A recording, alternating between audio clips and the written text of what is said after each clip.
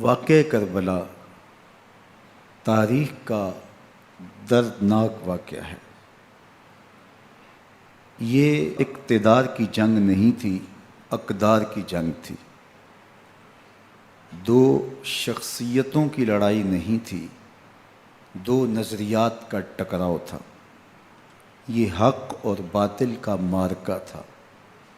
یزید ظلم کا استعارہ ہے، حسین ابن علی امن کی علامت ہے۔ یزید جبر کا پتلا ہے، حسین صبر کا پیکر ہے۔ یزید اپنی بدطینت فطرت اور اپنی طبع ناہموار کے باعث دنیا پر ذلت و رسوائی، ظلم، جبر، جور و زیادتی کی علامت بن کے ابھرا، اور حسین ابن علی رضی اللہ تعالی عنہ حق و صداقت کا نشان بن کے ابھرا۔ کربلا کے تپتے ہوئے ریگزار میں حسینی اور یزیدی دو کردار سامنے آتے ہیں۔ اقبال نے کہا تھا، موسیٰ و فرعون و شبیر و یزید، ایند و قوت از حیات آید پدید، زندہ حق از قوت شبیری است، باطل آخر داغ حسرت میری است، سرخ رو عشق غیور از خون او، شوخی ای مصرع از مضمون او، تا قیامت قطع استبداد کر، موج خون او چمن ایجاد کر۔ یزید بہدل کی بیٹی محسون کا ناپاک بیٹا تھا، اور حسین محمد عربی کی بیٹی فاطمہ کا شہزادہ تھا۔ یزید دمشق کے اطراف میں سرجون اور جریر، اختل جیسے اوباشوں کے جھرمٹ میں پل کے جوان ہوا۔ حسین کے گھر کا دروازہ مسجد نبوی کے اندر کھلتا تھا۔ یزید نشے میں دھت ہو کر کے نمازیں چھوڑ دیتا تھا۔ حسین کی کربلا کے اندر بھی نماز تہجد قضا نہیں ہوئی۔ یزید ظلم کا دوسرا نام ہے، حسین امن کی علامت ہے۔ یزید نے زندگی میں ایک مرتبہ حج کیا اور شراب کے مٹکے ساتھ لے کے آیا، اور اختل اور دیگر گویوں اور مغنیوں کو اپنے ساتھ رکھا تاکہ سفر آسانی سے کٹے۔ حسین ابن علی نے 25 حج سواری ہونے کے باوجود پیدل کیے۔ یزید حج بیت اللہ کے بعد مدینہ المنورہ آیا اور شراب کی ایک مجلس بپا کی۔ حضرت امام حسین رضی اللہ تعالی عنہ جب وہاں پہنچے تو شراب کی پھیلی ہوئی بدبو کو محسوس کرتے ہوئے فرمایا، یہ بو کیسی ہے؟ تو نشے میں دھت یزید بولا، یہ شام میں بنتی ہے، اور ایک جام منگوایا اور اس کو پیتے ہوئے دوسرا جام حضرت امام حسین رضی اللہ تعالی عنہ کی طرف بڑھاتے ہوئے کہا، ابا عبداللہ لیجئے۔ تو حضرت امام حسین رضی اللہ تعالی عنہ نے فرمایا، میں اس کی طرف دیکھتا بھی نہیں ہوں، اور پھر وہ عشقی اشعار پڑھنے لگا۔ جب یزید کی شراب نوشی کا منظر امام حسین رضی اللہ تعالی عنہ اپنی آنکھوں سے دیکھ چکے تھے، تو مجھے بتاؤ یزید کے ہاتھ پہ امام حسین کا پاک ہاتھ کیسے آتا؟ حضرت امام حسین رضی اللہ تعالی عنہ جس ماحول میں پلے تھے، جس ماحول میں پرورش پائی تھی، جس ماحول میں رہے تھے، وہ پاکیزہ اور تقدس مآب ماحول تھا۔ اور یزید کبھی اطراف دمشق میں، کبھی غوطہ میں، کبھی الخضرہ محل میں، اور کبھی کہاں اور کبھی کہاں داد عیش دیتا رہا اور لہو و لعب کے اندر مصروف رہا، اور اس کی زندگی ان چیزوں سے عبارت تھی۔ وہ محرمات کو حلال قرار دیتا، شراب نوشی اس کی ہڈیوں میں رچی ہوئی تھی، اور شریعت بیضا کا مذاق اڑایا کرتا۔ اور حسین ابن علی رضی اللہ تعالی عنہ کی دوستیاں جن لوگوں سے تھی وہ عبداللہ ابن عباس تھے، عبداللہ ابن عمر تھے، حضرت عبد الرحمن بن ابو بکر رضی اللہ تعالی عنہ تھے۔ یزید تو جوا کھیلتا رہا، یزید تو قمار بازی کرتا رہا، یزید تو شراب نوشی کرتا رہا، اور حسین ابن علی مسجد نبوی کے ممبر میں حضور کے پہلوؤں میں بیٹھتے رہے۔ زمانے نے وہ منظر دیکھا کہ سرخ رنگ کے جوڑے پہنے ہوئے حسنین کریمین حجرہ فاطمہ سے نکلتے ہیں، کم عمری کی وجہ سے کبھی گرتے ہیں کبھی سنبھلتے ہیں، اور آقا کریم خطبہ ارشاد کر رہے ہیں، خطبہ چھوڑ کے حضور نے شہزادوں کو اٹھا لیا۔ وہ منظر بھی زمانے نے دیکھا۔ حضرت عبداللہ بن شداد کہتے ہیں کہ حضور سجدے میں تھے اور سجدہ اتنا طویل ہو گیا، ہمیں لگا یا تو وحی کا نزول ہو رہا ہے یا پھر اللہ کا حکم آ گیا اور اللہ کے محبوب کی روح قبض کر لی گئی۔ لیکن میں نے جب نظریں اٹھا کے ننکیوں سے دیکھا تو کیا منظر تھا کہ حسین ابن علی حضور کی پشت پہ بیٹھے ہوئے اور میرے آقا سجدے کو طول دے رہے ہیں۔ اللہ اکبر! حسین کے لیے پیغمبر کے سجدوں کو طول دیا جا رہا ہے۔ حسین ابن علی کبھی ممبر پہ حضور کی اطراف میں بیٹھتے ہیں، وہ منظر بھی دنیا نے دیکھا کہ حضور کے مبارک کندھوں پر حسین ابن علی بیٹھے ہیں اور حضور کی زلفوں کو پکڑا ہوا ہے۔ تو حضرت عمر رضی اللہ تعالیٰ عنہ دیکھ کے کہتے ہیں واہ واہ کیسی سواری میسر آئی حسین ابن علی کو۔ تو میرے آقا مسکرا کے کہتے ہیں عمر سواری دیکھتے ہو سوار بھی تو دیکھو۔ اللہ اکبر! حضرت اسامہ بن زید بن حارثہ رضی اللہ تعالیٰ عنہ فرماتے ہیں رات کا ایک پہر گزر گیا اور مجھے حضور سے کوئی کام تھا، میں آقا کریم کی خدمت میں حاضر ہوا، در دولت پہ دستک دی، حضور تشریف لائے تو چادر اوڑی تھی، بکل کی ہوئی تھی میرے حضور نے، تو میں نے اپنی حاجت کہی تو حضور نے میری حاجت پوری کر دی۔ لیکن ایک منظر میں نے دیکھا کہ حضور نے جو چادر کی بکل فرمائی تھی اس کے اطراف میں پہلوؤں میں ابھار تھے جس طرح اندر کوئی ہو۔ مجھ سے نہ رہا گیا، میں نے پوچھ لیا، میں نے کہا بندہ نواز چادر کے اندر کیا ہے؟ فَكَشَفَهُ، تو حضور نے چادر کو کھول دیا۔ فَإِذَا الْحَسَنُ وَالْحُسَيْنُ عَلَىٰ وَرِكَيْهِ، تو کہتے ہیں میں نے اپنی آنکھوں سے دیکھا ایک پہلو سے امام حسین لپٹے ہوئے تھے، ایک پہلو سے امام حسن لپٹے ہوئے تھے۔ فرمایا یہ میرے بیٹے ہیں، یہ میری بیٹی کے بیٹے ہیں، اے اللہ میں ان سے پیار کرتا ہوں، تو بھی ان سے پیار کر، جو ان سے پیار کرے اس سے بھی پیار کر۔ ان کی محبت کا درس دیا، ان کے پیار کا سبق پڑھایا، کہا ان سے پیار کرنے والا میرے سے پیار کرنے والا ہے، ان سے بغض رکھنے والا میرے سے بغض رکھنے والا ہے۔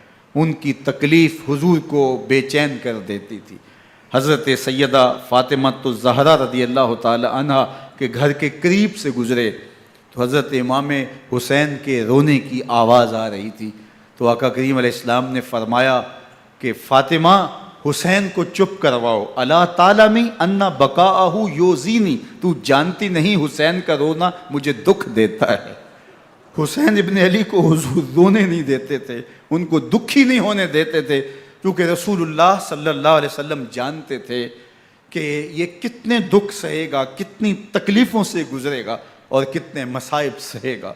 زمانے نے وہ گھڑیاں بھی دیکھیں کہ حضرت حذیفہ بن یمان رضی اللہ تعالیٰ عنہ فرماتے ہیں کہ میں حضور کی خدمت میں نماز مغرب کی ادائیگی کے لیے حاضر ہوا، اور میں نے یہ اجازت خاص طور پہ اپنی ماں سے اس شرط پہ لی تھی کہ امی آپ مجھے اجازت دیں، میں حضور کی خدمت میں حاضر ہوتا ہوں، مغرب کی نماز بھی ادا کروں گا اور پھر حضور سے عرض کروں گا حضور میرے لیے اور میری ماں کے لیے بخشش کی دعا کر دیجئے۔ ماں نے اس شرط پہ اجازت دے دی اور میں حضور کی خدمت میں آ گیا، نماز مغرب ادا کی، سلام پھرا تو میرے دل میں آرزو تھی میں حضور سے عرض کروں حضور میرے لیے اور میری ماں کے لیے مغفرت کی بخشش کی دعا کر دیں، لیکن حضور عبادات میں ذکر میں نوافل میں ایسے مشغول ہوئے کہ میں آرزو رکھنے کے باوجود بھی عرض نہ کر سکا۔ خیر نماز عشاء کا وقت ہوا، اذان پکاری گئی، حضور مصلی پہ آئے، نماز پڑھی، سلام پھرا، تو میرے دل میں پھر خیال آیا کہ ماں سے ایک نماز کی چھٹی لی تھی، نمازیں بھی 2 ہو گئیں، ماں نے جاتے پوچھنا ہے حضور سے میرے لیے اور اپنے لیے مغفرت کی بخشش کی دعا کروائی تھی تو کیا جواب دوں گا؟ اور حضور اٹھے اور کاشانہ اقدس کی طرف چل دیے۔ اب میرے دل میں یہ خیال رہ کے آ رہا تھا کہ ماں کو کیا جواب دوں گا؟ میں تو حضور سے بخشش و مغفرت کی دعا کروا ہی نہیں سکا۔ جب حضور چل پڑے تو غیر ارادی طور پہ میں بھی حضور کے پیچھے چل پڑا۔ چلنے میں تھوڑی سی رفتار تیز ہو گئی جس سے قدموں کی آہٹ پیدا ہوئی، تو جب آواز پیدا ہوئی تو حضور نے رخ پھیرے بغیر فرمایا من ھذا، میرے پیچھے پیچھے کون آ رہا ہے؟ پھر خود ہی کہا حذیفہ تو نہیں؟ تو میرا دل دھڑک رہا تھا، قلت نعم، میں نے کہا جی جی حضور میں حذیفہ ہوں۔ فرمایا ما حاجتوں کا غفر اللہ لک ولامک، کیا کام ہے؟ اللہ تجھے بھی بخش دے، تیری ماں کو بھی بخش دے۔ اب جو کام تھا وہ جنبش لب سے پہلے ہی ہو گیا، یہاں تو لفظوں کا سہارا بھی نہیں لینا پڑتا، وہ بند لبوں کی بولیاں بھی سنتے ہیں۔ اقبال بولا ہے فروغت صبح آثار و دہور، چشم تو بینندائے ما فی الصدور، تیری نظر تو سینوں کے چھپے راز بھی دیکھتی۔ تو کہا ما حاجتوں کا غفر اللہ لک ولامک، اللہ تجھے بخش دے، تیری ماں کی بھی مغفرت کر دے، کیا کام ہے؟ اب جو کام تھا وہ تو ہو گیا۔ تو میرے حضور نے ارشاد فرمایا حذیفہ سنو، ابھی ایک فرشتہ آیا ہے جو اس سے قبل دھرتی پر پہلے کبھی نہیں آیا، آج پہلی مرتبہ اللہ سے اجازت لے کے 2 کام کرنے آیا ہے۔ ایک تو مجھے سلام کرنے آیا ہے اور دوسرا خوشخبری دینے آیا ہے کہ آپ کی بیٹی فاطمہ جنتی عورتوں کی سردار ہے اور حسن اور حسین جنتی جوانوں کے سردار۔ ایک طرف یزید ناپاک میسون کا پلیت بیٹا، اور ایک طرف محمد عربی کا نواسا، فاطمہ کے دودھ کا اثر، علی المرتضیٰ کے خون کی تاثیر، رسول اللہ صلی اللہ علیہ وسلم کے کندھوں پہ بیٹھنے والا۔ ایک دن حضور نے امام حسین رضی اللہ تعالیٰ عنہ کے ہاتھ پکڑ لیے اور ان کے پاؤں اپنے پاؤں پہ رکھے اور پھر فرمایا بیٹے آگے بڑھو، اور ان کے پاؤں حضور کی پنڈلیوں پہ آئے۔ پھر کہا بیٹے اور آگے بڑھو، حتیٰ کہ ان کے پاؤں حضور کی رانوں پہ آئے۔ پھر فرمایا بیٹا اور آگے بڑھو، تو ان کے پاؤں حضور کے مبارک بطن اقدس پہ آئے۔ پھر بازوؤں کو کھینچ کے اپنے قریب کیا اور حسین ابن علی کے منہ میں اپنی زبان رکھ دی، اور وہ اس طرح چوس رہے تھے جس طرح کھجور چوسی جاتی ہے۔ تو اللہ کے محبوب علیہ السلام نے حسین ابن علی کو اپنی زبان کا لعاب دہن دے کر کے، وہ شیر رحمت دے کر کے، وہ کوثر و تسلیم سے پاکیزہ تر آب رحمت عطا کر کے ان کی ہمیشہ کے لیے پیاس بجھا دی، تاکہ کل کربلا کے تپتے ہوئے ریگزار میں حسین ابن علی کو پیاس کی شدت تنگ نہ کرے اور پائے استقلال میں لغزش نہ آنے پائے۔ ان نازوں سے پالے ہوئے حسین کو، ان محبتوں سے پالے ہوئے حسین ابن علی کو امتحان بھی اتنے بڑے درپیش تھے۔ یاری تیری سونا پر ازمیشاں تیریاں اگ، سونا پرکھیا جامدہ ہے نال اگاں دے لگ۔ جتنا بڑا شخص ہوتا ہے اتنی آزمائشیں بھی بڑی ہوتی ہیں۔ پیغمبر رحمت کی آغوش میں کھیلنے والا، حجرہ فاطمہ کا جانشین، مصلی رسول کا وارث، منبر رسول صلی اللہ علیہ وآلہ وسلم پر حضور کے مبارک پہلو اور گود میں بیٹھنے والا حسین، حضور کی زبان چوسنے والا حسین، حضور کے کندھوں پہ سواری کرنے والا حسین، آقا کریم علیہ السلام کے مبارک سجدے کی حالت کے اندر حضور کی پشت پہ کھیلنے والا حسین، جس حسین کا دروازہ مسجد نبوی کے اندر کھلتا تھا اور یزید کی کرتوتوں کے چشم دید گواہ تھے۔ یزید جب تخت نشین ہوتا ہے تو اسے یہ فکر ہوتی ہے کہ امام حسین، عبداللہ بن زبیر، عبداللہ بن عمر، عبداللہ ابن عباس یہ میری بیعت کریں، اور وہ ولید بن عقبہ کو لکھتا ہے کہ ہر صورت میں ان کی بیعت لو، اور اگر بیعت نہ دیں تو سختی کرو۔ حضرت امام حسین رضی اللہ تعالی عنہ کو بلاوا آتا ہے کہ آپ کو دارالامارت میں گورنر ہاؤس میں بلایا جا رہا ہے، ولید بن عقبہ کا پیغام آپ کو پہنچتا ہے۔ آپ اس وقت فرماتے ہیں کہ اس وقت جو پیغام پہنچا ہے وہ کسی خطرے سے خالی نہیں ہے، تو کچھ سواروں کو ساتھ لیا، کہا تم دارالامارت کے باہر کھڑے رہنا، اگر میری آواز بلند ہوئی تو اندر آ جانا، ورنہ تم انتظار کرنا۔ آپ اندر گئے۔ ولید بن عقبہ نے مروان کو بھی بلایا تھا۔ مروان بن حکم یہ گورنر مدینہ ولید سے پہلے رہ چکا ہے، تو اس نے مشورہ دیا کہ سختی کی جائے۔ خیر ولید بن عقبہ نے کہا کہ یہ خط ہے، حضرت امیر معاویہ کا انتقال ہو گیا اور یزید تخت نشین ہوا ہے، لہٰذا وہ آپ سے بیعت کا مطالبہ کرتا ہے۔ تو حضرت امام حسین رضی اللہ تعالیٰ عنہ نے فرمایا کہ میرے جیسا شخص یوں چھپ کے بیعت نہیں کر سکتا، اور آپ واپس پلٹے۔ مروان بن حکم نے ولید بن عقبہ کو کہا کہ یہ موقع ہے جانے نہ دیا جائے، اگر یہ نکل گئے تو دوبارہ تم قابو نہیں پا سکو گے، اور انہیں یہیں قتل کر دیا جائے۔ حضرت امام حسین رضی اللہ تعالیٰ عنہ نے یہ بات سن لی۔ کہتے ہیں حضرت امام حسین انہی قدموں کے بل واپس پلٹے اور مروان بن حکم سے مخاطب ہو کے کہا، مروان کیا بول رہا ہے؟ وہ خاموش ہو گیا۔ فرمایا تو جانتا نہیں ہم کون ہیں؟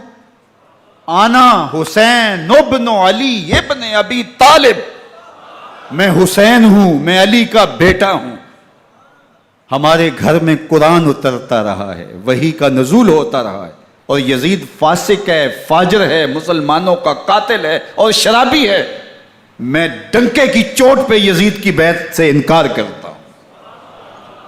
بس حیدری کچھار سے محمدی شیر نکل آیا ہے۔ اب اوسان خطا ہو گئے، راستہ چھوڑ دیا، واپس آئے، سیدہ زینب سے ملے، کہا مدینے کو چھوڑنا پڑے گا۔ کہا بھیا کیا ہوا؟ کہا یزید بیعت لینے پہ مصر ہے اور میں کسی صورت بھی بیعت نہیں کروں گا۔ رسول اللہ کا مدینہ ہمارے خون سے لالہ زار بنے گا، میں نہیں چاہتا کہ حضور کے شہر نور کی حرمت پامال ہو۔ دوستو وہ کیسا منظر ہوگا جب حسین ابن علی نے آخری حاضری حضور کے روضے پہ دی ہو۔ حاجی یا معتمر 10 دن کے لیے، 8 دن کے لیے، 20 دن کے لیے مدینہ المنورہ عارضی سکونت اختیار کرتا ہے، اور حضور کے روضہ انور سے، اس شہر نور سے، ان گلیوں سے، ان بام و در سے ایسا مانوس ہو جاتا ہے کہ جب واپس پلٹ رہا ہوتا ہے ان دعاؤں کے ساتھ کہ دوبارہ آنا بھی نصیب ہو، اور اسے لگتا ہے کہ میں دوبارہ بھی بلایا جاؤں گا، لیکن اس کے باوجود شہر حبیب چھوڑنا قیامت سے کم نہیں ہوتا۔ اعظم چشتی مرحوم آخری بار جب حضور کے روضہ انور پہ گئے تو بیمار تھے، ویل چیئر پہ تھے۔ باب بقی سے باہر نکلے تو خادم سے کہا کہ میری ویل چیئر پیچھے سے کھینچو تاکہ میرا رخ روضہ انور کی طرف رہے، اور وہ پیچھے سے کھینچتا چلا جا رہا ہے، اور جب باب مکہ سے پیچھے جنت البقیع کے قریب سے گنبد خضرا نگاہوں سے اوجل ہونے لگا تو اعظم چشتی مرحوم نے کہا، جاں بدن سے نکلتی ہے اعظم، جاں بدن سے نکلتی ہے اعظم، کوئی آسان ہے مدینے سے جدا ہونا، کوئی آسان ہے مدینے سے جدا ہونا۔ یہ اس شخص کی کہانی ہے جو 10 دن، 5 دن، مہینہ، 2 ماہ وہاں رہتا ہے، اور پھر اس شہر کو چھوڑ کے آنا اس کے لیے آسان نہیں ہوتا۔ اور مجھے بتاؤ کہ حسین جو پیدا مدینے میں ہوا، جس کے گھر کا دروازہ مسجد نبوی کے اندر کھلتا تھا، جو مسجد نبوی کے اندر پرورش پا کے جوان ہوتا ہے اور مدینے کی گلیوں میں کھیلتا رہا، اس حسین ابن علی کے لیے مدینہ چھوڑنا، اور پھر وہ اس بات کا علم اور شعور رکھتے تھے کہ یہ آخری بار حضور کے در پہ حاضری ہے، دوبارہ اس شہر نور میں نہیں آ سکوں گا، تو کیا قیامت ہوگی اور کیا منظر ہوگا۔ محمد بن حنفیہ کے علاوہ خاندان نبوت کے جتنے لوگ تھے ان سب نے شہر مدینہ کو الوداع کہا، اور رات کے موقع میں مدینہ المنورہ کو، مسجد نبوی کو چھوڑ کر کے مکہ کی جانب عازم سفر ہوئے۔ 3 شعبان المعظم کو مکہ المکرمہ پہنچتے ہیں، ادھر کوفیوں کے خطوط آنے شروع ہو جاتے ہیں۔ حضرت امام حسین رضی اللہ تعالیٰ عنہ مسلم بن عقیل رضی اللہ تعالیٰ عنہ کو صورتحال معلوم کرنے کے لیے بھیج دیتے ہیں۔ 40,000 کوفی آپ کے ہاتھ پہ بیعت کر لیتے ہیں۔ ادھر 25 پیدل حج کرنے والے حضرت امام حسین 8 ذی الحج کو احرام باندھتے ہیں، لیکن آپ کو پتہ چلتا ہے کہ حاجیوں کے روپ میں قاتل چھپا دیے گئے، تو آپ اس احرام کو حج کی بجائے عمرے میں بدلتے ہیں اور کوفے کی جانب عازم سفر ہوتے ہیں۔ کائنات والو، ذرا سینے پہ ہاتھ رکھ کے دیکھو کہ یہ کتنا مشکل مرحلہ تھا۔ اس دین کی آبرو کو بچانے کے لیے حضرت امام حسین رضی اللہ تعالیٰ عنہ نے کتنا بڑا قدم اٹھایا۔ آپ کے بہی خواہ، دوست، احباب عبداللہ بن عمر یہ سارے روکتے ہیں، عبداللہ بن عباس کہتے ہیں حضرت نہ جائیے، الکوفی لا یوفی، کوفی کبھی وفا نہیں کرتے، آپ کے والد کو وہاں شہید کیا گیا، لیکن آپ ایک فرض کو نبھانے جا رہے ہیں۔ میرے غم گسارو، میرے مہربانوں، نہ روکو مجھ کو جانے دو، مجھے نانے کے دی کی ڈوبتی کشتی بچانے دو، میں جاتا ہوں کہ دنیا پر وفا کا نام رہ جائے، میں رہوں نہ رہوں پر عظمت اسلام رہ جائے۔ میں نہیں جاتا تو نبی کے گھر کی آن جاتی ہے، میں نہیں جاتا تو نبی کے گھر کی آن جاتی ہے، تمہارا دین جاتا ہے، میری غیرت ایمان جاتی ہے۔ حضرت امام حسین یہاں سے چلتے ہیں، ابھی راستے میں ہی پہنچتے ہیں کہ یہ خبر آتی ہے کہ کوفے والوں نے بے وفائی کر دی، حضرت مسلم بن عقیل رضی اللہ تعالیٰ عنہ کو شہید کر دیا گیا، نعمان بن بشیر معزول کر دیے گئے، ابن مرجانہ ابن زیاد وہاں متعین کر دیا گیا جو سخت گیر شخص تھا، اور اس نے لوگوں کو ڈرایا دھمکایا، اور کوفے کے لوگوں کے دل بدل گئے اور وہ بیتیں توڑنے لگے۔ وہ منظر مسجد کوفہ کا کتنا دلگداز تھا، جب امام نماز کے لیے کھڑے ہوئے تو 40,000 لوگ آپ کے پیچھے تھا، جب سلام پھیرا اور امام نے دیکھا کہ پیچھے لوگ نہیں ہیں، پھر لوگوں نے اپنے دروازے بھی بند کر لیے۔ رات کی تنہائیاں ہیں اور حضرت مسلم بن عقیل کو کوئی پناہ دینے والا نہیں ہے، لوگوں نے دروازے بند کر لیے کہ کہیں ہمارے گھر میں نہ آ جائیں اور ہم مشقت اور حکومتی تشدد کا شکار نہ ہوں۔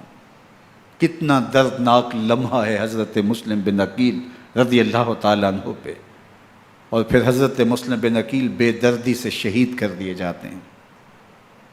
آپ ابھی راستے میں ہیں، یہ ساری کہانی پہنچتی ہے کہ حضرت مسلم شہید کر دیے گئے اور بے دردی سے شہید کر دیے گئے۔ وہ جنہوں نے خط لکھے تھے کہ ہم آپ کے ساتھ ہیں اور ہم منتظر ہیں، چشم برا ہیں، آپ کے قدموں کی چاپ سننے کے لیے بےتاب ہیں، آج انہوں نے بیتیں توڑ دی، 40,000 کوفی منحرف ہو گئے۔ مسجد کوفہ کا وہ منظر کس قدر روح کو تڑپا دینے والا تھا۔ ہم پچھلے سال عصر اور مغرب کے درمیان جب کوفہ پہنچے تو سورج ڈوبنے کے قریب تھا۔ میں نے اپنی زندگی میں اتنا اداس موسم کہیں نہیں دیکھا جتنا اداس موسم کوفے میں دیکھا۔ ایسے لگتا تھا جس طرح کوفے کی آب و ہوا آج بھی شرمندہ ہے۔ جو مسلم بن عقیل اور خاندان نبوت کے ساتھ اہل کوفہ نے کیا، حضرت امام حسین رضی اللہ تعالیٰ عنہ کو ان کے بہی خواہوں نے، اعزاء نے، اقربا نے، دوستوں نے، آوان و انصار نے، ساتھیوں نے کہا کہ حضرت حالات یکسر تبدیل ہو گئے، اب ہمیں مراجعت کر جانی چاہیے، واپس پلٹ جانا چاہیے۔ تو حضرت امام حسین کافی سوچ بچار میں رہے، پھر اس کے بعد آپ نے فیصلہ کیا کہ ہم آگے بڑھیں گے۔ دوستوں نے کہا کہ حضرت اگر آپ آگے بڑھیں گے تو ہمیں لگتا ہے کہ وہ آپ کے ساتھ سلوک اچھا نہیں کریں گے اور آپ بچوں کے سامنے پیاسے شہید کر دیے جائیں گے۔ تو حضرت امام حسین رضی اللہ تعالیٰ عنہ نے وہاں ایک خطبہ ارشاد فرمایا کہ لوگو تم جو مجھے بتا رہے ہو مجھے اچھی طرح معلوم ہے، جو تم مجھے منظر پیش کر رہے ہو وہ میری نگاہوں میں ہے، اور جو کچھ ہونے والا ہے چشم تصور وہ منظر دیکھ رہی ہے۔ چونکہ حضرت امام حسین رضی اللہ تعالیٰ عنہ کی شہادت کی خبر حضرت امام حسین کے پیدا ہوتے ہی خاندان نبوت میں عام تھی۔ حضور علیہ الصلوۃ والسلام کو یہ بات جبریل امین نے آ کے بتائی تھی جب حسین ابن علی کے ساتھ حضور محبت کا اظہار کر رہے تھے، تو یہ جبریل امین نے آ کے کہا تھا حضور آپ کا یہ بیٹا ارض طف میں شہید کر دیا جائے گا، اور کربلا کی مٹی لا کے حضور کو دی اور ام سلمہ کو حضور نے عطا کر دی۔ حضرت ام سلمہ کہتی ہیں کہ ایک دن میں سوئی تو خواب دیکھا کہ حضور کے مبارک بال بکھرے ہوئے ہیں اور سخت پریشان ہیں، تو میں نے کہا کہ حضور آپ کی یہ کیا حالت ہے؟ وَبِيَدِهِ قَارُورَةٌ، اور حضور کے ہاتھ میں ایک شیشی ہے، فِيهَا دَمٌ، جس کے اندر خون ہے۔ تو میں نے کہا حضور یہ کیا؟ فرمایا میں قتل گاہ حسین سے آ رہا ہوں اور یہ حسین ابن علی کا خون ہے۔ تو کہا 10 محرم کا دن تھا، دوپہر کا یہ منظر تھا، میں قیلولہ کر کے اٹھی، جب میں نے دیکھا تو وہ شیشی جس میں کربلا کی مٹی رکھی تھی وہ خون بن چکی تھی۔ تو یہ خبر پہلے دی گئی تھی، یہ بتا دیا گیا تھا۔ فرمایا میرے دوستو جو تم مجھے بتاتے ہو میں اس سے بے خبر نہیں ہوں، یہ سب کچھ ہونے والا ہے، لیکن اس کے باوجود میں کیوں جا رہا ہوں؟ تو آپ کا ایک تاریخ ساز جملہ ہے جو کربلا کے فلسفے کو ہمارے سامنے رکھتا ہے کہ یہ اتنا بڑا امتحان کیوں دیا۔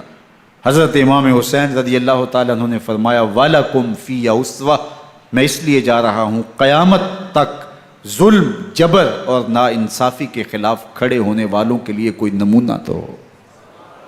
میری زندگی قیامت تک ظلم، جبر اور استحصالی نظام کے خلاف کھڑے ہونے والوں کے لیے نمونہ ہے۔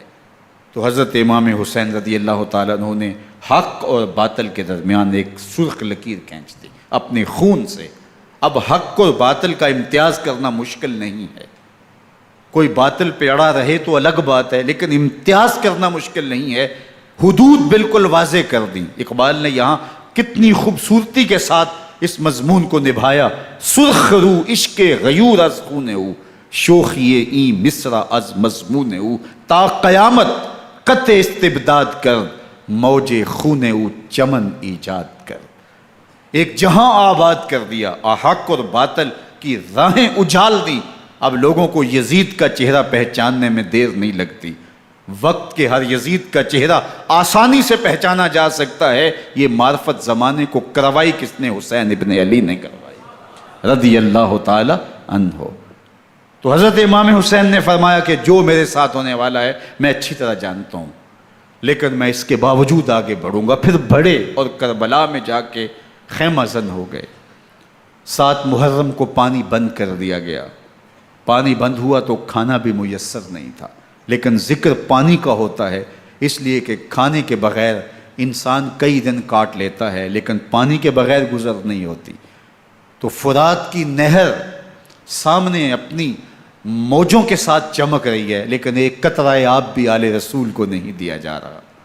کائنات کے اندر ایسے انوکھے امتحان بھی ہوتے ہیں۔ وارثوں ساقی کوثر کے، مالک ہوں حوض کوثر کے، اور بیٹے ہوں ساقی کوثر کے، اور آج ایک بوند پانی کی بھی میسر نہ ہو۔ صبر کا امتحان ہے، عزیمت کا امتحان ہے۔ حضرت امام حسین رضی اللہ تعالیٰ عنہ خیمہ زن ہو گئے۔ 3 دن تک پانی بند رہتا ہے۔ 9 محرم کو رات کی تنہائی میں حملہ آور ہونا چاہتے ہیں، لیکن آپ نے کہا کہ ہمیں اللہ کے حضور عبادت اور ذکر کے لیے وقت دیا جائے۔ ساری رات ذکر میں گزرتی ہے، عبادات میں گزرتی ہیں۔ رات کے اندھیرے میں آپ چراغ بجھا دیتے ہیں۔ آوان و انصار کو کہتے ہیں کہ ان کی دشمنی میرے ساتھ ہے، انہیں میرا خون چاہیے، اگر تم رات کی تاریکی میں نکل جاؤ تو میں تم سے کوئی مواخذہ نہیں کروں گا، اور یہ بھی تمہارا پیچھا نہیں کریں گے، اس لیے کہ ان کا مطلوب تم نہیں ہو، ان کا مطلوب میں ہوں۔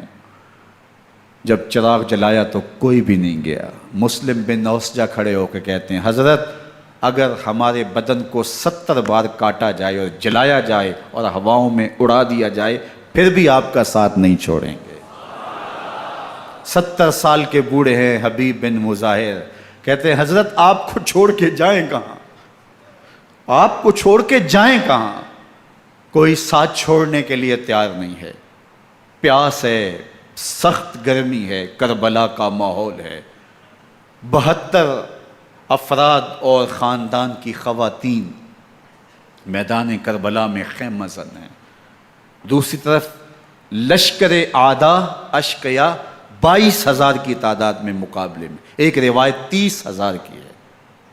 ان صرف 72 پیاسے لوگوں کے لیے اتنے لوگوں کو جمع کرنے کا مقصد خوف زدہ کرنا تھا۔ شرط ہے کہ یا یزید کی بیعت کر لیں، محاصرے توڑ دیں گے، پانی دستیاب ہوگا، اعزاز و اکرام سے نوازا جائے گا، خزانوں کے منہ کھول دیے جائیں گے۔ لیکن حسین ابن علی کہتے تھے سب کچھ لٹ جائے گا، باطل کے ہاتھ پہ ہاتھ نہیں رکھوں گا۔ اللہ اکبر۔ اب صبح طلوع ہوتی ہے، عاشور کا دن چڑھتا ہے، سورج اپنی پوری تمازت کے ساتھ گرمی برسا رہا ہے۔ آج خاندان نبوت کا امتحان زمانے نے دیکھنا ہے۔ رسول اللہ کا لعاب چوسنے والا اس کے صبر کا آج امتحان ہے، حضور کے کندھوں پہ کھیلنے والے حسین کا آج امتحان ہے۔ اللہ اکبر۔ حسین ابن علی تمام حجت کرتے ہیں میں نے تمہارا کچھ نہیں بگاڑا، میں نے کسی کا خون نہیں کیا، میں نے کوئی زیادتی نہیں کی، تم کیوں میرے قتل کے در پہ ہو؟ تم جانتے نہیں میں کون ہوں؟ میں تمہارے نبی کا نواسا ہوں، رسول اللہ صلی اللہ علیہ وآلہ وسلم کے کندھوں پہ کھیلتا رہا ہوں، حضور کا لعاب چوستا رہا ہوں، اور میں بوسہ گاہ رسول صلی اللہ علیہ وآلہ وسلم ہوں۔ لیکن ان اشقیاء کے دل پر کوئی چیز اثر انداز نہیں ہوتی۔ ایک ہور ہے، اللہ اس کے دل میں نرمی ڈالتا ہے۔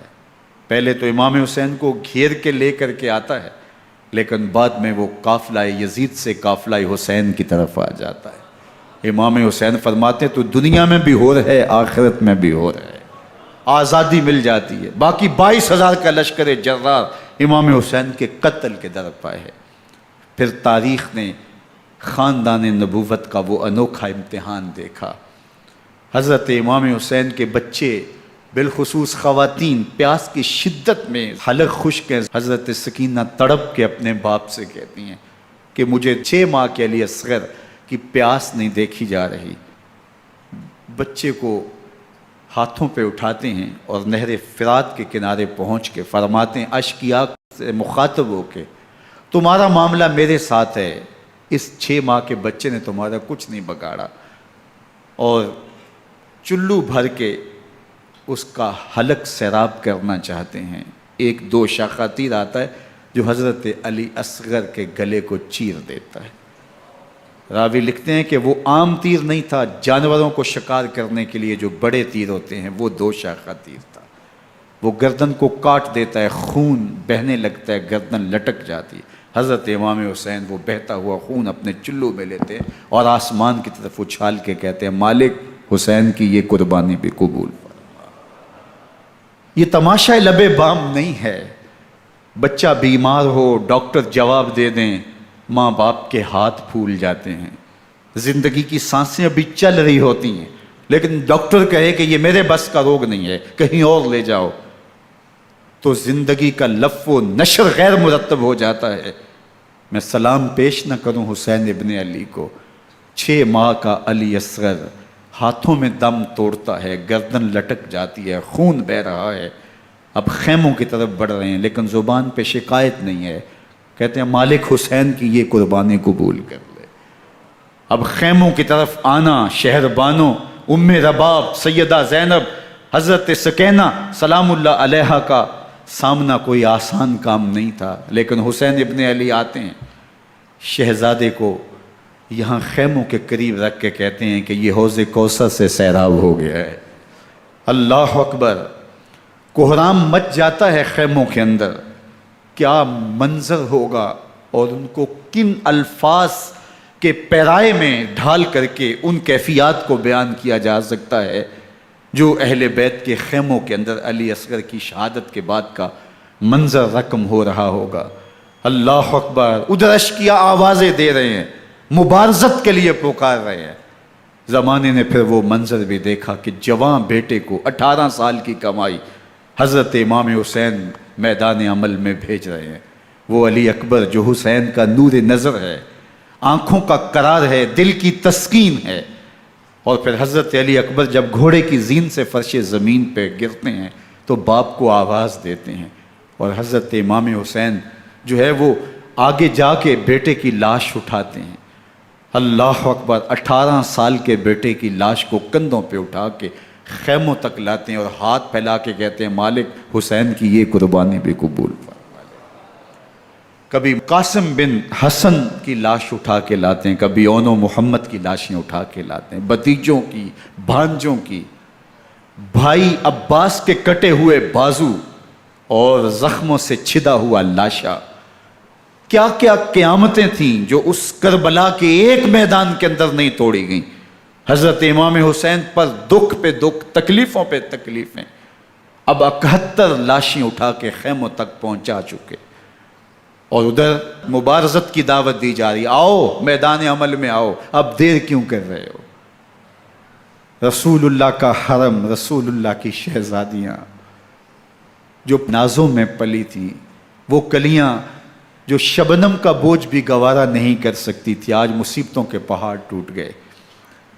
حضرت امام حسین کبھی شہربانوں کو، کبھی ام رباب کو دلاسا دیتے ہیں، کبھی حضرت زینب کو کہتے ہیں۔ حضرت زینب کربلا کے اس میدان کے اندر بڑے حوصلے کے ساتھ اپنے بھائی کے ساتھ کھڑی رہی، اپنے 2 بیٹے راہ خدا میں پیش کیے، ان کی لاشیں وصول کیں، لیکن زینب جس جرأت کے ساتھ، جس پامردی کے ساتھ اس سارے منظر کو حوصلے کے ساتھ سہتی رہی، وہ یقیناً حوصلہ سیدہ زینب سلام اللہ علیہا کا ہی ہے۔ لیکن یہ وہ منظر تھا کہ زینب کا دل بھی ڈول گیا جب حسین ابن علی گھوڑے پہ بیٹھنے لگے، اور ان کو گھوڑے میں بٹھانے والا کوئی نہیں تھا، اور جو بھی سوار جاتا پھر واپس اس کی لاش ہی آتی اور حسین ابن علی لے کے آتے۔ آج حسین ابن علی جا رہے ہیں، زندگی کا سارا سرمایہ لٹ رہا ہے، حضرت زینب سلام اللہ علیہا سنبھل نہیں رہی۔ حضرت امام رضی اللہ تعالیٰ عنہ اٹھے اور آپ نے حضرت زینب کو صبر کی تلقین کی اور کہا کہ صبر ہی بہترین ذریعہ ہے اور اللہ کی قربت کا ایک بہترین سبب ہے، اور ان کو صبر کی تلقین کرتے ہوئے فرمایا کہ میرے بعد تم نے اس ذمہ داری کو سنبھالنا ہے، اور ان مخدرات اسلام کی، ان شہزادیوں کے پردے کی تم نے حفاظت کرنی ہے۔ اور پھر گھوڑے کی زین کس کے امام حسین لشکر اشکیا کی طرف بڑھتے ہیں۔ اب خیموں سے سسکیوں کی آواز آ رہی ہے، ان کا سردار، ان کا تاجدار آج سب کو چھوڑ کے کربلا کے میدان کی طرف بڑھ رہا ہے۔ جرم کیا کیا، قصور کیا کیا، اس نے کیا زیادتی کی کہ آج نیزوں اور انیوں کے مقابلے میں 22,000 کا لشکر حضرت امام حسین پہ ٹوٹ پڑتا ہے۔ آپ پھر اتمام حجت کرتے ہیں، میں نے کسی کو قتل نہیں کیا، خون ناحق نہیں بہایا، میرے خون کے درپے کیوں ہو، اپنی آخرت کیوں برباد کرتے ہو، تم جانتے نہیں میں کون ہوں، میں تمہارے نبی کا نواسا ہوں۔ لیکن ابن زیاد کہتا ہے مقابلے میں آؤ۔ پھر حضرت امام حسین رضی اللہ تعالیٰ عنہ مقابلے میں آتے ہیں، اور جب گھوڑے کو ایڑ لگا کے دشمن اشقیاء پہ ٹوٹتے ہیں تو پھر ایسا منظر ہوتا ہے کہ وہ بھیڑ بکریوں کی طرح آگے بھاگتے ہیں۔ 71 زخم کلیجے پہ لیے شجاعت کا یہ پیکر جب میدان میں آتا ہے، آواز آتی ہے یہ کون ذی وقار ہے، بلا کا شاہ سوار ہے، لباس ہے پھٹا ہوا غبار سے اٹا ہوا، تمام جسم نازنی چدا ہوا کٹا ہوا، یہ نبی کا نور عین ہے، یہ بالیقین حسین ہے، یہ حسین ابن علی ہے رضی اللہ تعالیٰ عنہ۔ پھر چاند بادلوں میں گھر جاتا ہے، شامی غنڈے تیر برساتے ہیں، تلواروں سے آپ کے بدن پر ضربیں لگاتے ہیں اور نیزوں سے آپ کے بدن کو پرو دیتے ہیں۔ جب آپ کا پیراہن بعد میں اتارا گیا تو آپ کے پیراہن میں 122 سوراخ تیروں کے تھے، 33 زخم تلواروں کے اور 34 گھاؤ نیزوں کے تھے۔ جب گھوڑے کی زین سے فرش زمین پر آئے، بدن چھلنی تھا، زخم زخم سے خون بہہ رہا تھا، 3 دن کا پیاسا حسین، اللہ اکبر، بدن زخموں سے چور، 71 لاشیں کلیجے پہ لیے، مخدرات اسلام کے پردے کا خیال دل میں الگ ہے، لیکن گھوڑے کی زین سے جب فرش زمین پہ امام حسین آتے ہیں، زبان پہ ہائے نہیں، نالا و شیون نہیں، چیخ و پکار نہیں، آتے ہی پیشانی سجدے میں رکھتے ہیں اور پکارتے ہیں اللہم ردن بقضائک وصبرن علی بلائک تسلیما لامرک سبحان ربی الاعلی۔ مالک گھر لٹا کے، بچے لٹا کے، خاندان سب کچھ قربان کر کے، اپنے بدن کو زخموں سے چھلنی کروا کے، تیروں اور نیزوں کی انیوں سے اپنے آپ کو زخمی کروا کے، تیرے حضور سر جھکا کے یہ اقرار کرتا ہوں کہ حسین تیری تقدیر پہ راضی ہے، مالک تو بھی بتا، تو بھی حسین پہ راضی ہوا ہے کہ نہیں ہوا۔ آواز آ رہی ہے، اس پیاسے پر علی شیر خدا کو ناز ہے، اس نواسے پر محمد مصطفیٰ کو ناز ہے۔ اوروں نے بھی سجدے کیے پر اس کا عجب انداز ہے، اس نے وہ سجدہ کیا جس پر خدا کو ناز۔ حسین ابن علی رضی اللہ تعالیٰ عنہ کا سر انور دستے قاتل نے تب کاٹا جب وہ سجدے میں جھکا ہوا تھا۔ یزید نے کہا میں بیعت لوں گا، امام حسین نے کہا کبھی بھی نہیں دوں گا، یہ سر کٹ سکتا ہے جھک نہیں سکتا۔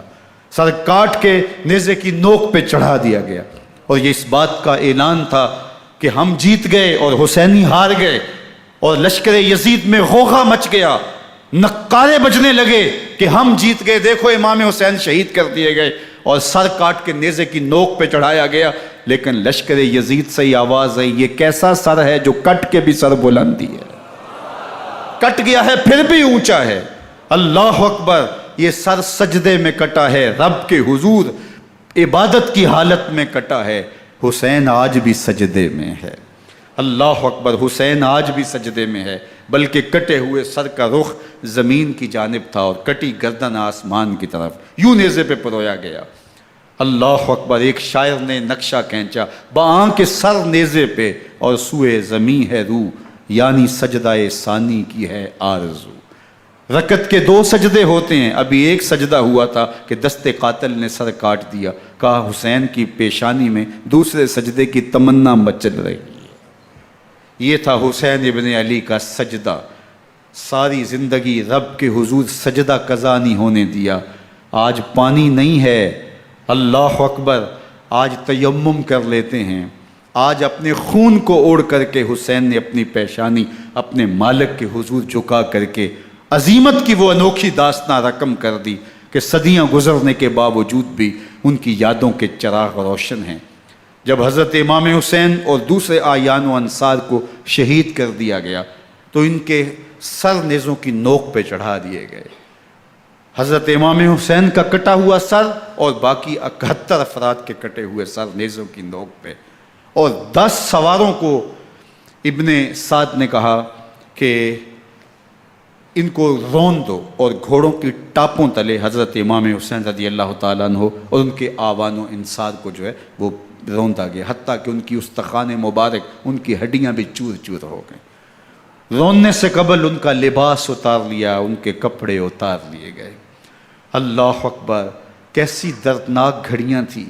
یزید کا صرف یہی بد کرداری کا مرحلہ نہیں تھا، اس کربلا کے صحرا کے اندر یزید نے جس طرح امام حسین رضی اللہ تعالیٰ عنہ کو شہید کیا اور حضرت امام حسین کے خاندان کو شہید کیا، جب مدینہ المنورہ پر یزید نے مسلم بن عقبہ کو مقرر کیا، جس کو بزرگوں نے مصرب بن عقبہ کہا ہے، تو اس کو کہا 3 دن تک مدینے کا حرم تمہارے لیے حلال ہوگا، جو چاہو تم کرنا، اور شامی فوجوں کو اجازت ہوگی۔ تو وہاں بھی انہوں نے 10,000 تابعین اور 700 صحابہ کو شہید کیا۔ حضرت ابو سعید خدری رضی اللہ تعالیٰ عنہ گھر سے باہر نکلے، کافی بوڑھے ہو چکے تھے، تو انہوں نے حضرت ابو سعید خدری کو پکڑ لیا، کہا تم کون ہو؟ کہا مجھے ابو سعید خدری کہتے ہیں۔ تو کہا ہاں تمہارا نام سنا ہے، اور داڑھی سے پکڑ کے کھینچا اور کہا کہ ہے تمہارے پاس جو ہمیں دو؟ تو کہا کہ میرے پاس تو کچھ بھی نہیں، میں تو فقیر آدمی ہوں۔ تو ان کے گھر ان کو لے گئے، تو 2 کبوتر رکھے تھے حضرت ابو سعید خدری نے، تو وہ کبوتر لوٹ کے لے گئے۔ اللہ اکبر۔ حضرت ابن سنان رضی اللہ تعالیٰ عنہ کو، جو حضور کے علم بردار تھے فتح مکہ کے دن، ان کو ستو پہلے پلائے اور پھر ان کی گردن کاٹی گئی، اور کہا یہ ہے وہ ستو جو تم زندگی میں آخری بار پیو گے۔ ایک گھر میں داخل ہوئی شامی فوج، تو ایک خاتون کے ابھی بچہ پیدا ہوا تھا، اور قابلہ نے، دائیا نے وہ بچہ ماں کی چھاتی پہ لٹایا، اور وہ ماں کا پہلا دودھ پی رہا تھا۔ تو یہ جا کے کہنے لگے نکالو تمہارے پاس جو کچھ ہے۔ تو اس خاتون نے کہا تم جانتے ہو یہ بچہ کون ہے؟ تو انہوں نے کہا ہم نہیں جانتے۔ کہا یہ حضرت ابن ابی کبشہ انماری رضی اللہ تعالیٰ عنہ کا بچہ ہے، اور یہ وہ صحابی ہیں کہ جو بیعت الشجرہ کے موقع پہ حضور کے ہاتھ پہ بیعت کرتے ہیں۔ انہوں نے اس چیز کا لحاظ نہ کیا کہ جو کچھ ہے وہ ہمیں دو، ورنہ تیرے بچے کو نہیں چھوڑیں گے۔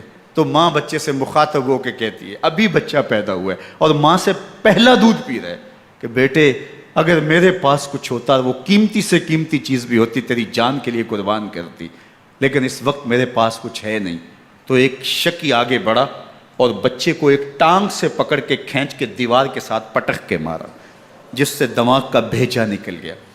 کیا کیا زیادتیاں نہیں کی۔ 700 صحابہ حرہ کے واقعہ میں شہید کیے یزید نے، اور 10,000 تابعین شہید کیے۔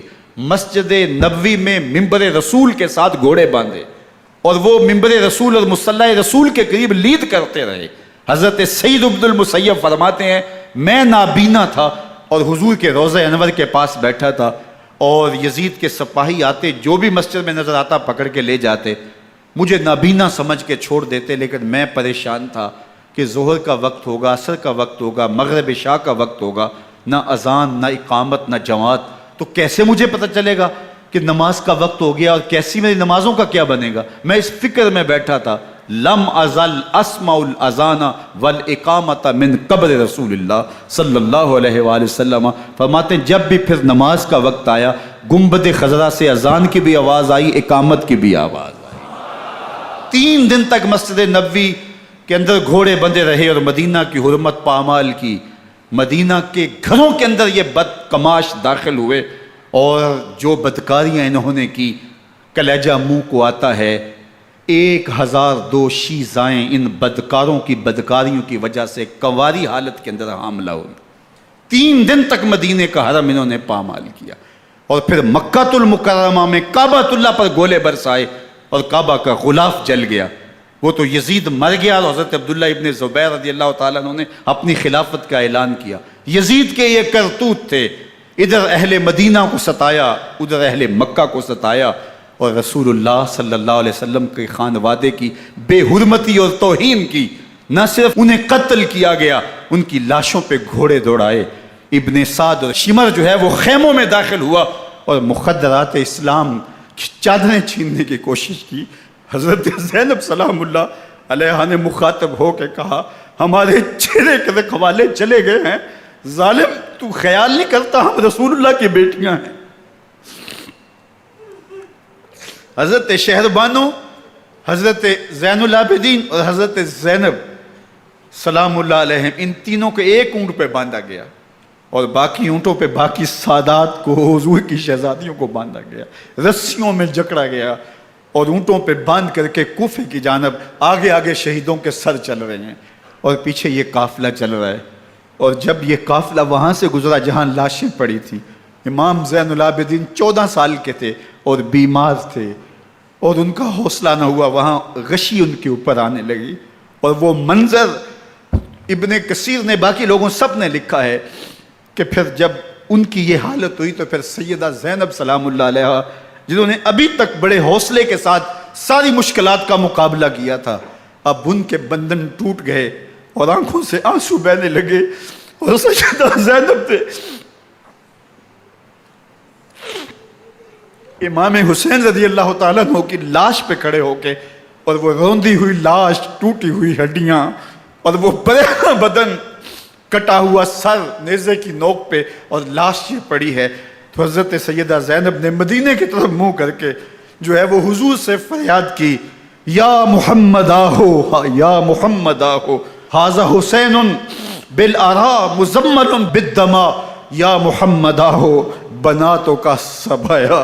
یا رسول اللہ، اے پیارے آقا، یا جد آہو، اے ہمارے نانا محترم، یہ دیکھیے آپ کا حسین پڑا ہوا ہے، بدن سے کپڑے اتار لیے گئے، خاک ہوائیں اڑا رہی ہیں، اور اس کے اوپر چادر جو ہے وہ مٹی کی پڑ گئی ہے۔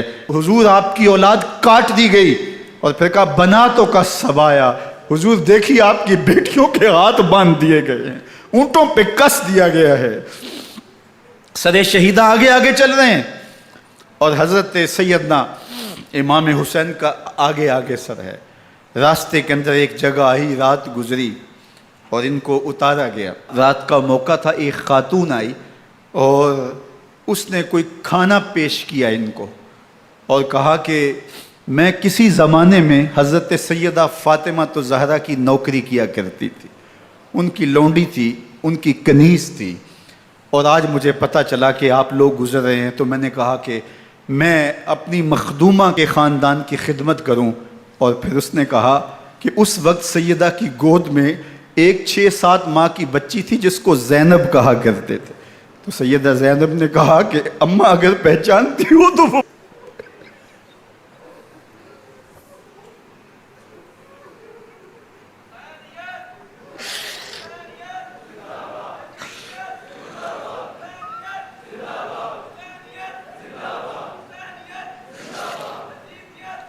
یہ تاراج اور لٹا ہوا کارواں پھر وہاں سے کوفے میں کیسے پہنچا، اور کوفے کے اندر سیدہ زینب سلام اللہ علیہا نے وہ یزید کے دربار میں، ابن زیاد کے دربار میں وہ جرأت آمیز جو باتیں کہیں، اللہ اکبر، زینب کی زبان میں علی کی خطابت بول رہی تھی، اور پھر دشمن اور دوست سارے رونے لگے، اور وہ کیا دل گداز منظر تھے۔ اور پھر یہ سروں کا قافلہ اور سادات کرام کا مشکیں کسی ہوئی ہیں اور اونٹوں پہ باندھے ہوئے، ان کو وہاں سے پھر قادسیہ، اور قادسیہ سے پھر دمشق یزید کے دربار میں پہنچایا گیا، اور وہاں سے یہ لٹے ہوئے خانمہ برباد تاراج لوگ مدینہ المنورہ میں کیسے پہنچے، اور اہل مدینہ نے کیسے استقبال کیا، اور وہ منظر کتنا دلگداز تھا جب اہل مدینہ زینب سے پوچھتے تھے زینب حسین کہاں ہے؟